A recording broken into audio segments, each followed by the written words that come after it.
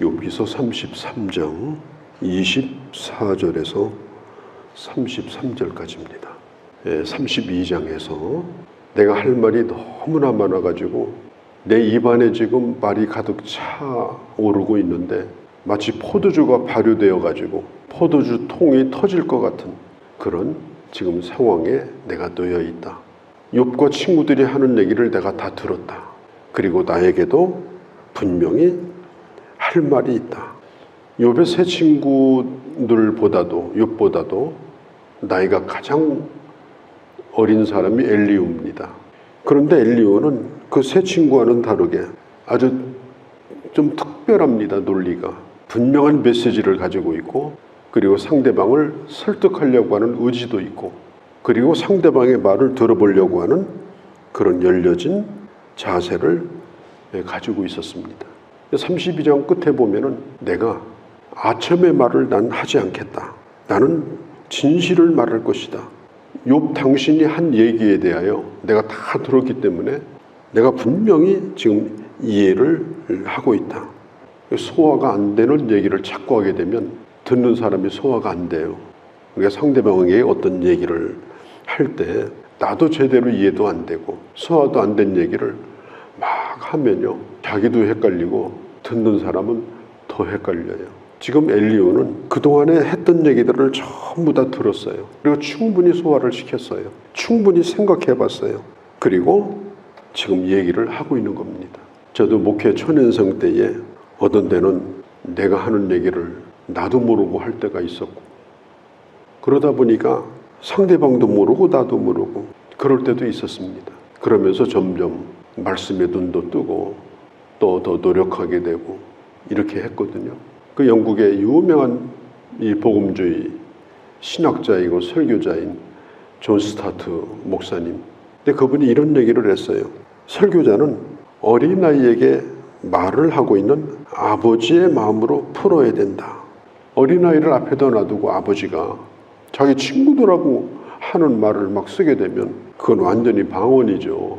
의학 박사인 아버지가 10살 먹은 아들에게 병에 대해서 얘기를 한다고 해요.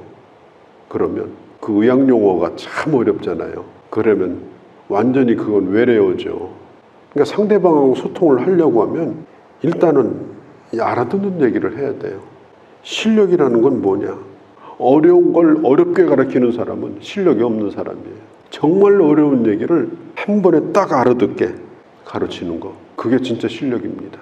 그리고 충분히 이해를 한 사람만이 그렇게 가르칠 수가 있는 겁니다. 기승전결, 어떻게 시작되고 어떻게 전개되고 어떻게 클라이막스에 이르고 어떻게 종결을 해야 되나, 또 그 내용이 뭔가, 그리고 그 대답이 뭔가, 이런 것에 대해서 정확하게 이 파악을 하고 얘기를 하는데 가장 중요한 것은 상대방의 얘기를 충분히 들어보는 거죠. 엘리후는 다른 친구들에 비해서는 그런 면에서는 상당히 좋은 점을 가지고 있는 사람이었습니다. 6절에 보면은 엘리후가 이런 얘기를 해요. 당신이나 나나 다 똑같이 죄인 아니냐? 죄인이 아니라고 감히 말할 자가 누가 있겠느냐? 당신도 흙으로 만들고 나도 흙으로 만들고 다 질그릇 같은 그런 존재가 아니냐? 나도 최선을 다해서 얘기를 하겠고, 5절 6절에 보면 나도 당신의 말을 듣도록 노력을 하겠다. 특별히 7절에 보면요, 사람이 뭐 잘되고 성공하고 그럴듯할 때는 함부로 못해요. 옛날에 욥이 그랬습니다. 감히 욥 앞에 누가 와가지고 말 한마디도 못 붙였어요. 그런데 그냥 이 지경이 되니까 지나가는 사람도 침뱉고 지나가고 어린 아이들도 무시하고, 욥이 그런 얘기 다 했잖아요. 옛날에는 내 앞에 와서 사람 대접도 못 받는 사람이 와가지고 아는 척하고 이래요. 엘리후가 하는 얘기가 참 귀합니다. 7절에 내 위엄으로는 그대를 두렵게 하지 못하고 내 손으로 그대를 누르지 못하느니라. 엘리후라고 하는 사람은 나이가 젊은데도 아마 지위가 있었던 사람인 것 같아요. 이 지위나 권력이라고 하는 건 나이하고 상관이 없어요. 젊은 사람도 권력을 가지면 힘이 있습니다. 그러니까 엘리후가 하는 얘기가 지금 사람들이 당신을 다 망했다고 동정하고 침뱉고 지나가고 이렇게 하지만 나는 내가 가지고 있는 이 권력을 가지고, 내가 말을 가지고 권력을 가지고 내가 당신을 누르거나 압박하거나 나는 그렇게 하지 않겠다. 그러면서 이제 말을 시작하는데 8절에서부터 13절까지를 쭉 읽어보면요, 엘리후가 하는 얘기는 간단해요. 왜 하나님이 잘못한 것처럼 얘기를 하냐는 거예요.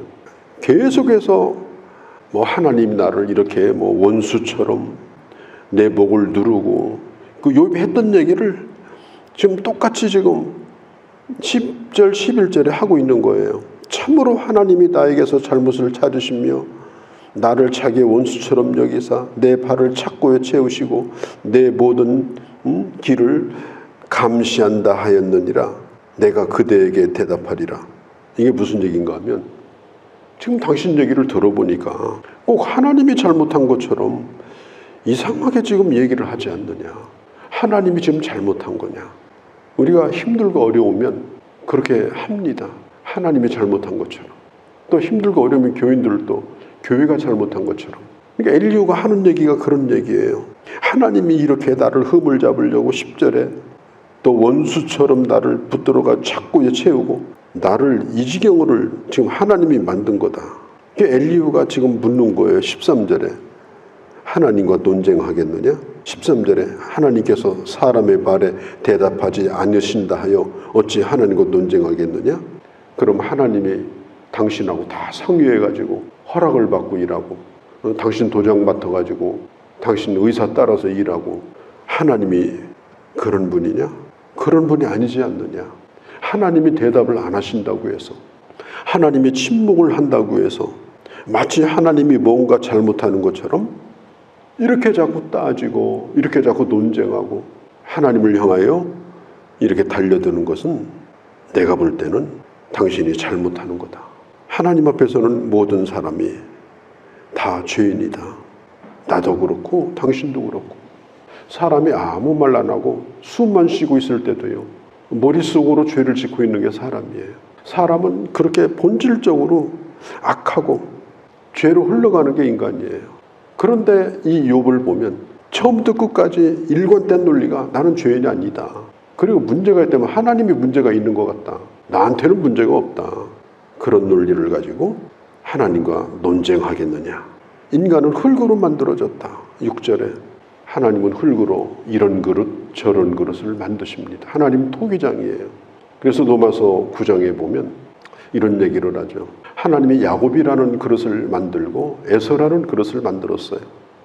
야곱은 아주 간사하고 아주 약사 빠른 사람이에요. 그런 사람을 친구로 두는 걸 누구도 원치 않을 겁니다. 에서는 아주 예의 바르고 그리고 부모의 말을 잘 따르고 남자다운 사람이에요. 그런 사람을 큰아들로 삼는 거 당연하고. 그런데 바울이 얘기하기를, 그런데 참 이상하다. 왜 하나님은 야곱을 선택했을까? 왜 에서를 버리고 야곱을 선택했을까? 로마서 9장을 읽어보면요, 이건 말도 안 되는 거다. 그러면서 이렇게 말해요. 지음을 받은 자가 지으신 이에게 왜 그랬냐고 묻지 말자. 이해가 안 되면 믿자. 이해가 안 되면 믿어야지. 왜 그랬냐고 따지지 말라. 그리고 당신 자신을 구원하신 것을 생각해봐라. 그러면 보기에 괜찮아가지고 상대적으로 다른 사람보다 더 월등해서 구원한다면 당신 구원받았겠냐? 이 세상에 에서 같은 사람이 얼마나 많은데, 괜찮은 사람이 얼마나 많은데 야곱 같은 당신을 구원하지 않았느냐? 그리고 나를 숨겨두지 아니하고 틈만 나면 주님은 야곱아 야곱아 이렇게 부르지 않느냐? 자랑스럽게. 그러니까 우리가 어떤 일을 겪을 때, 특별히 어떤 연단을 받을 때, 내가 힘든 일을 겪을 때 하나님을 향하여 원망하는 건 잘못된 거다. 이런 모든 과정들, 이런 모든 일들 가운데 하나님이 하시는 일이 뭔가 깊이 생각을 해야지 그렇게 함부로 얘기하면 안 된다.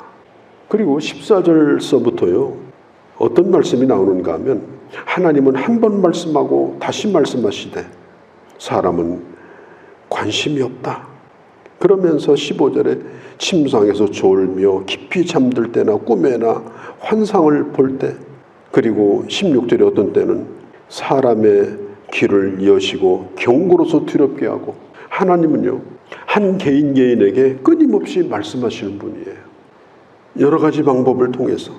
다만 무관심하기 때문에, 귀를 막고 살기 때문에 그 하나님의 음성을 들을 수가 없다는 것입니다. 하나님의 뜻은 뭐예요? 어리석어서 망하는 걸 원치 않습니다. 그래서 한 번 말씀하고 또 말씀하고, 구약시대에는 성경이 완성되기 전이기 때문에 꿈이나 선지자나 그런 이상이나 기적을 통해 말씀하셨고, 오늘날은 완성된 성경이 있기 때문에 기록된 말씀을 통하여 설교를 듣는 중에, 읽는 중에 끊임없이 말씀을 통해서 오늘도 우리에게 하나님께서 계시하십니다. 살아있는 계시를 기록된 성경을 통해서 오늘도 주시는 거예요. 그리고 우리 안에 성령께서 계시기 때문에 그걸 깨닫게 하셔요. 우리가 하나님의 뜻을 찾아가려면 그래서 부지런히 말씀을 묵상하는 생활을 해야 됩니다. 물론 환경을 통해서도, 또 내 양심을 통해서도, 또 다른 사람의 조언이나 세상 돌아가는 거 보면서 깨달아야 돼요. 아, 나는 저렇게 살지 말아야 되겠다.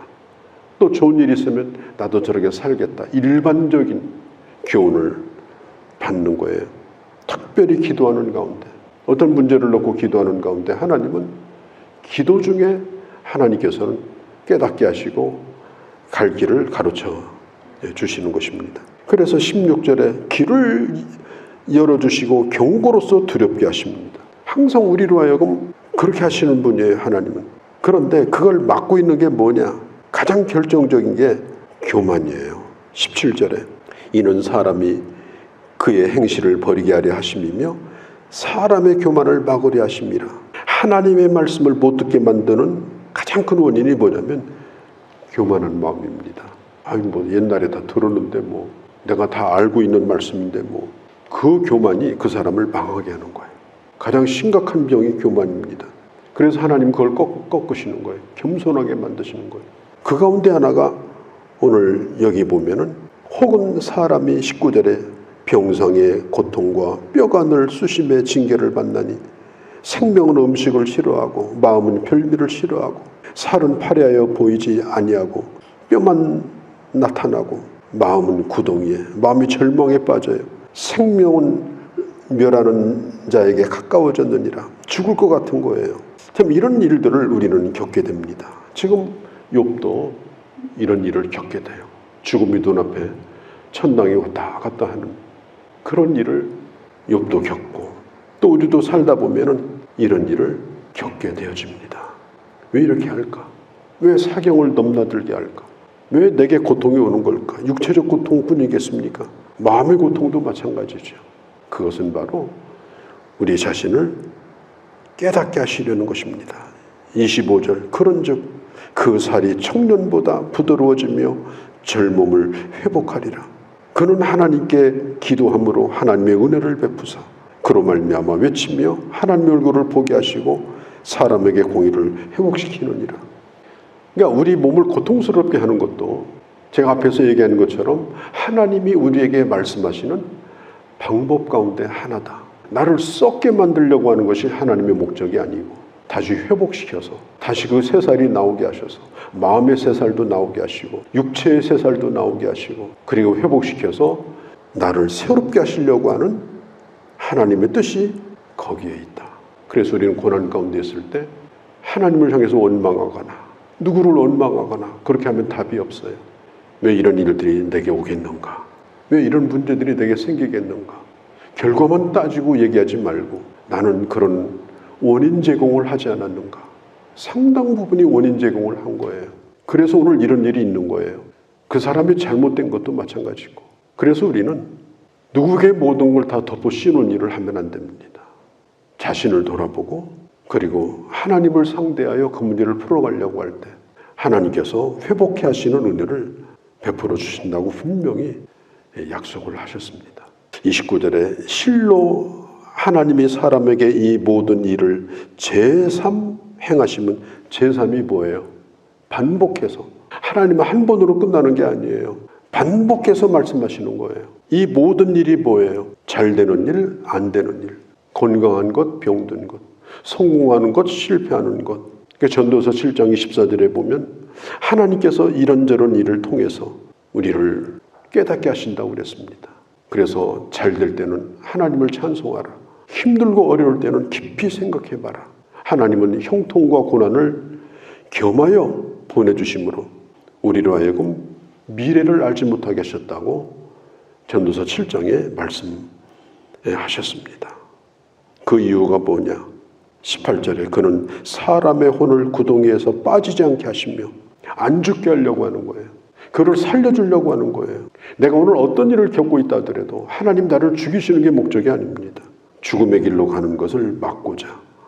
그래서 고통스러울 때 하나님의 음성에 귀를 기울이게 하시고 그리고 하나님 앞에 나갈 수 있도록. 지금 욥이 당하는 고통도 욥은 지금 아무리 해도 하나님이 침묵하시니까. 그런데 엘리후는 그렇지 않습니다. 지금 나를 통해 내가 당신에게 말씀하지 않습니까? 나는 지금 하나님의 영이 내 안에 함께하고 그리고 하나님이 많은 방법으로 말씀하시는 중에 또 나를 당신에게 보내서 이렇게 말씀하시니까 내 말을 그냥 가볍게 듣지 말고 깊이 들어서 그리고 하나님 앞에 가까이 갔으면 좋겠다. 이렇게 지금 32절에 만일 할 말이 있으면 대답하라. 내가 기쁨으로 그대를 의롭게 하리니 그대는 말하라. 우리 마음을 열고 한번 하나님 앞에 우리 자신을 드러내보자. 이렇게 지금 잿더미에 앉아가지고 좀 죽는 모습이 되어 있는 이 욥에게 엘리후가 지금 하고 있는 얘기입니다. 엘리후의 얘기가 100% 다 동조할 수는 없습니다만 그는 새 친구에 비해서는 훨씬 더 영적이고 그리고 하나님의 뜻을 가까이 찾아갔던 이런 모습을 보면서 오늘 여러 가지로 많은 교훈을 받는 이 아침 이 시간입니다. 오늘도 말씀 붙들고 기도하는 귀한 시간 되시기를 바랍니다. 거룩하신 우리 아버지, 오늘도 이 엘리후라고 하는 젊은이를 통해서 잿더미에 지금 앉아서 하나님을 원망하고 세상을 원망했던 그 욥을 향하여 했던 그 이야기가 우리가 귀담아 들어볼 교훈들이 많이 있습니다. 지금도 하나님은 끊임없이 말씀하시고 또 말씀하시며 우리로 하여금 깨닫게 하시고 그리고 우리의 심령도 새살이 돋고 우리의 육신도 새살이 돋아서 아버지 건강한 삶을 살기를 원하시는 주의 뜻을 깨닫는 저희가 되게 하여 주옵소서. 주의 음성을 들을 수 있는 길을 열어 주옵소서. 말씀을 깨닫고 밝은 빛 가운데 걸어가게 하옵소서. 우리 주 예수님의 이름으로 기도하옵나이다. 아멘.